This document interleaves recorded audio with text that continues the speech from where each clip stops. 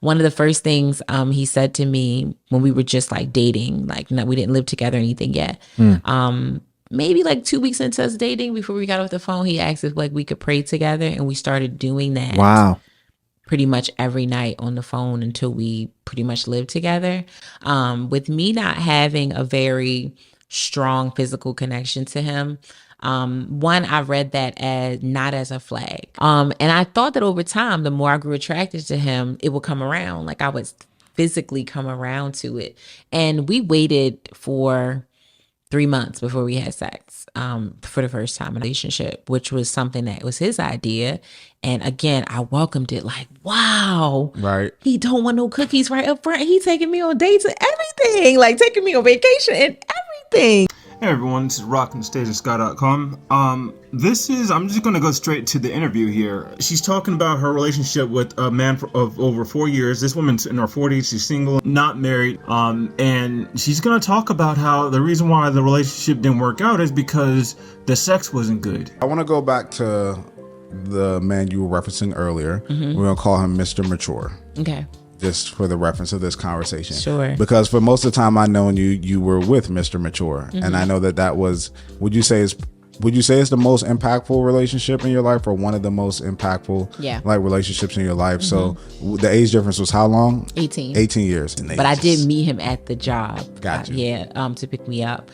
Planned out really nice. He was a perfect gentleman. And yeah, I know that was the short version of the very long story, but to entering into a relationship, there's always that question of 10% versus the 90%. If 90% is good, but 10% is that you're not attracted to them, can that relationship still work? Can you grow that attraction? Like, how do you deal with those situations when you're in that? Yeah, so I answered the question hastily. I was specifically talking about physical attraction. Physical, yeah. So yes, that not so much. But yes, I grew to be very attracted to him. I was very much in love with him because of just how he showed up in the world. Like I say, he was a very gentle man. He was the first man that I saw be so powerful, but not toxic, but not like in the type of way. He was very charismatic, but in a kind way, not in a manipulative way. He was hardworking and smart, very, very smart, very articulate, loved to read books. He was generous to his mother and everybody around him. So me watching him like this, it's like, oh yeah, like he's so nice. He's so like good to me. One of the first things he said to me when we were just like dating, like we didn't live together or anything yet. Maybe like 2 weeks into us dating, before we got off the phone, he asked if like we could pray together, and we started doing that. Wow.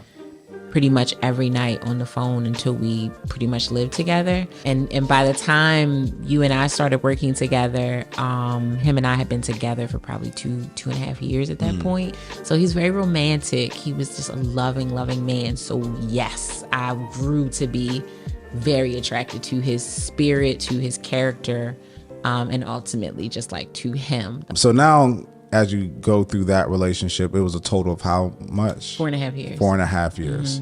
And we talk about how it got to the point to where you're now single and, you know, the relationship ended. Kind of however you want to walk us through how it unfolded and what truly happened. Yeah. With me not having a very strong physical connection to him, one, I read that as not as a flag. I really didn't, because that was something that I used to guide a lot of my decisions prior to him. If I was really attracted to a guy, sometimes I would get intoxicated by that. Like, he was good looking to me, sex was great, but he was this, that, and the third, and just how he looked and that sex was keeping me locked into that thing. And I thought that over time, the more I grew attracted to him, it would come around. Like, I would physically come around to it. And we waited for 3 months before we had sex for the first time in a relationship, which was something that was his idea. And again, I welcomed it like, wow, right? He don't want no cookies right up front. He taking me on dates and everything, like taking me on vacation and everything. The thing about this is, we as Christians, we're messing up a lot. Like this black woman over here, she's talking about, she has a history of dating Christian men. I'm a Christian man, so obviously my ears are up. I'm like, okay, what's going on? She's beautiful. She's 40, but she's beautiful. So you can imagine how she must have looked back then. This is a problem when it comes to the Christian community, because very often we call ourselves Christians, we pray, we have the appearance, but we're struggling when it comes to our sexuality. 1 Corinthians chapter 6 and 1 Corinthians chapter 7 tells us that we're supposed to wait until marriage to have sex, that sex is for marriage. And if you're having sex outside of wedlock, you're fornicating, you're doing sexual immorality. That's bad. And I'm pointing this out because this seems to be a problem. This is why a lot of people aren't getting together, like, oh, why aren't I married? Or why are my kids growing up in, broken homes where, the father isn't there? This is why. Over time, it never came around. Like that feeling never came around. And so now we're in the swing of having sex, but it's detached. Like we're doing it, but I don't feel particularly inspired or satisfied. He does, but that starts to wear off too. I done had enough.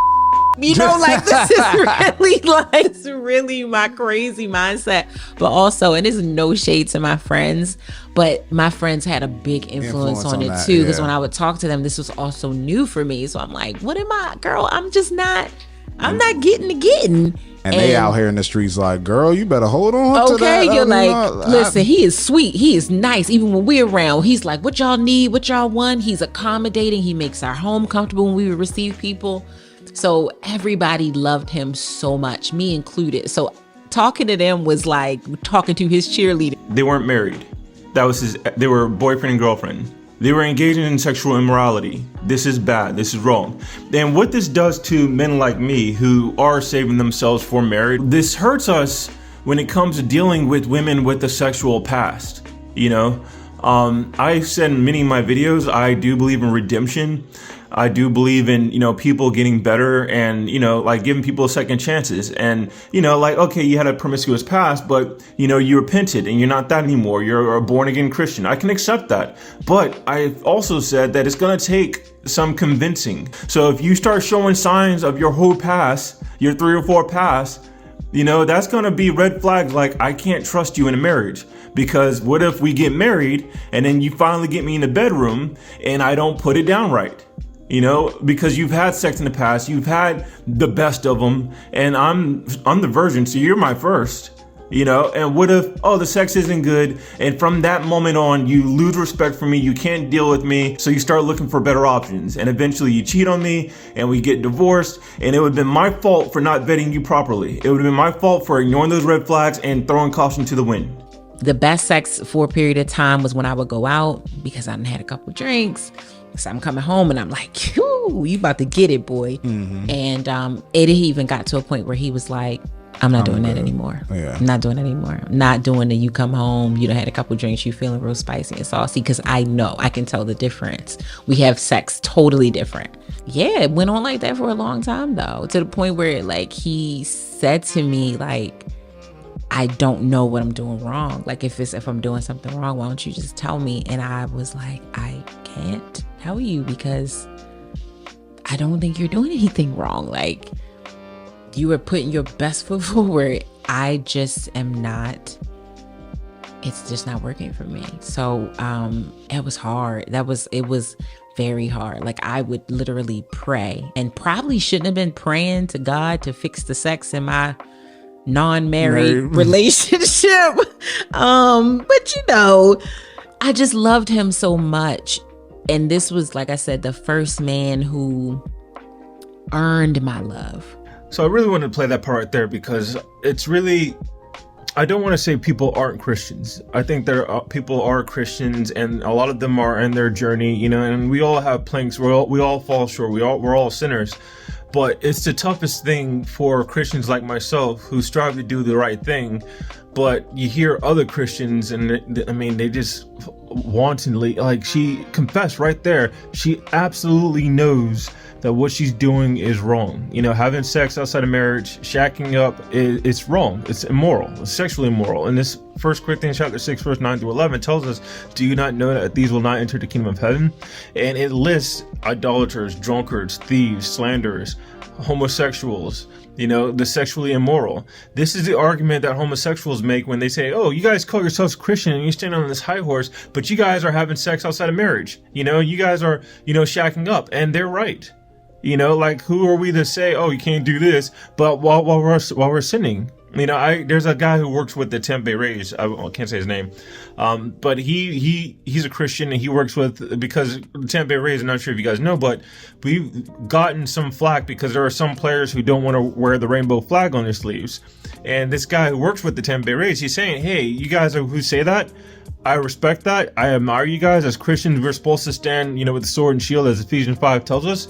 But also, you guys better be, you know, living the standard that you say you're living, you know. So if you're not gonna do the rainbow flag, you know, because you think that it goes against God's standards, which it does, you know, then you can't be shacking up and, oh, I live with my girlfriend, you know. And I'm also reminded of an argument that I had with an atheist. I used to do my boss's radio show before he ran for Congress last year. The atheist, her name's Anna.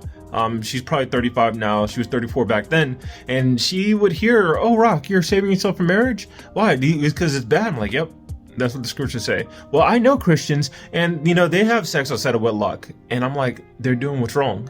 And it hurts my heart because Anna's an atheist. And she's not a stupid person. There are a lot of atheists who disregard the Bible and reject the scriptures.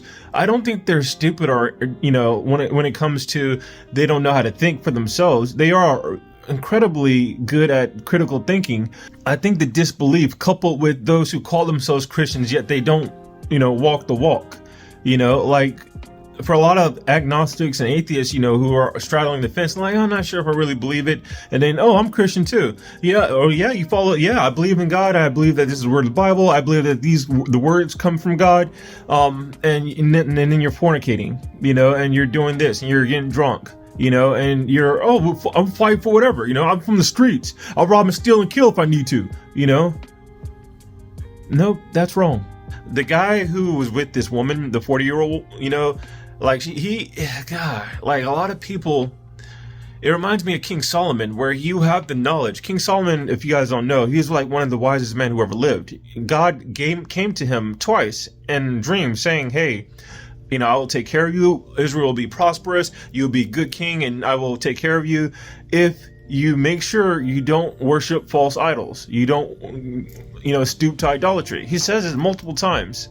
But still, Solomon was led astray by women. And before you guys get mad at me and say, oh, you're blaming women, this is what the scriptures say. You know? And it's not hard to believe, because men have always been ensnared by our love for women. Since Adam. Hey, here's this fruit from the tree. Where'd you get that from? That tree over there that God said we can't eat from. But, this serpent over here said that we could. Adam should have said, I hear you, but our creator said no. So I'm going to say no. But you're saying you don't love me, you don't trust me? Adam should have said no, and he didn't. Why would you choose to worship a creator God who forbade man to actually eat from the tree of knowledge, one which you have obviously eaten from because you're a rather knowledgeable man? Why would you choose to worship this sort of deity who would have kept you dumb? That's a very good question. I'll tell you why it's a good question. I noticed it was asked originally by a snake.